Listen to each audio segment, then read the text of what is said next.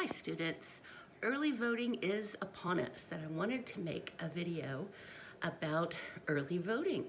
As you know from the How to Vote link on eCampus, I'm a big fan of early voting. It has a lot of advantages. First of all, you don't have to know your own personal precinct number to vote. You can vote anywhere that has signs out that says early voting here. That includes some churches, some recreation centers, and some schools, including El Centro. Our main lobby, the Student Center, is an early voting location. Okay, so where to vote early is easy peasy. Just look for a sign, walk in with your ID, your driver's license, your Texas ID, whatever, and you're good as gold. There'll be lots of abuelas there to help you, grandmothers there to help you with the process. And it doesn't matter whether you vote Republican or Democratic, they're just happy that you're there to vote. And I second that. It really doesn't matter how you vote. We just want to see you get involved in the democratic process, okay?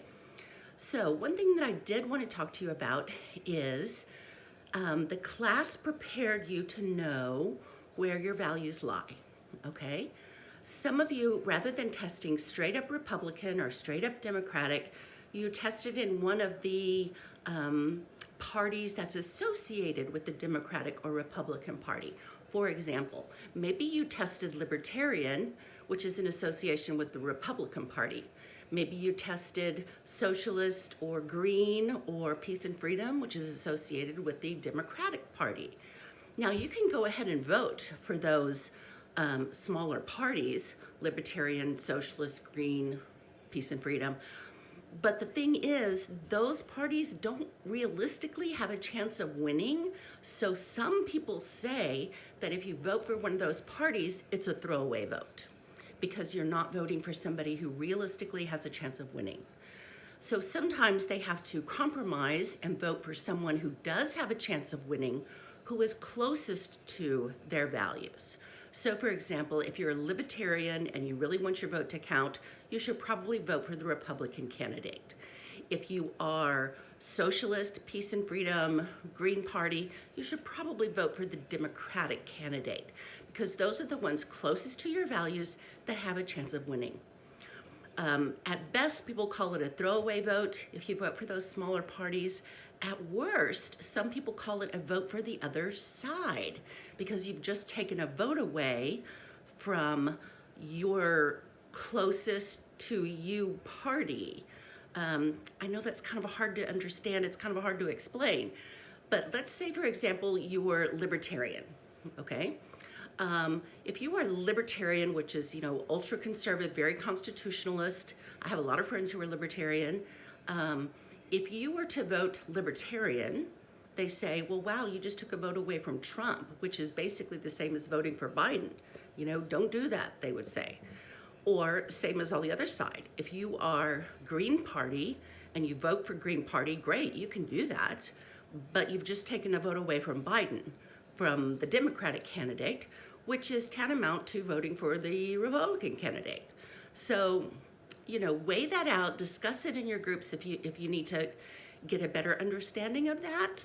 But generally, the two parties that historically win in the United States are either straight up Republican or straight up Democrat. But those two parties do encompass those other parties where you may have fallen in your quiz. Okay, the second thing that I wanted to mention is, the presidential candidate you side with, the Texas senatorial candidate you side with, but it's going to be a very long ballot. There are other things on that ballot. Judges, bond proposals, agriculture commissioners, all sorts of stuff you've never even heard of before. Now, if you want to, you can go and research those things and find out who you should vote for. Or you can just go through and vote for all the ones that are Democratic or all the ones that are Republican. Or you can just skip those altogether. There is no rule that says that you have to vote for everything on that ballot. If you want to, a lot of people just vote for president and that's it. They say, I'm done, and the abuela checks you out, okay? So you need to decide for yourself how you want to handle those other items on the ballot. You can skip them, you can research them, you can just vote where they fall within your party. You know, 3 different ways to handle that, okay? So early voting starts tomorrow, I think, and it will last through the end of the month, but vote as soon as you can. Don't wait for the lines to get long because that's kind of frustrating. And that's what's part of being in a democracy. A democracy depends on its people to vote, or it doesn't work.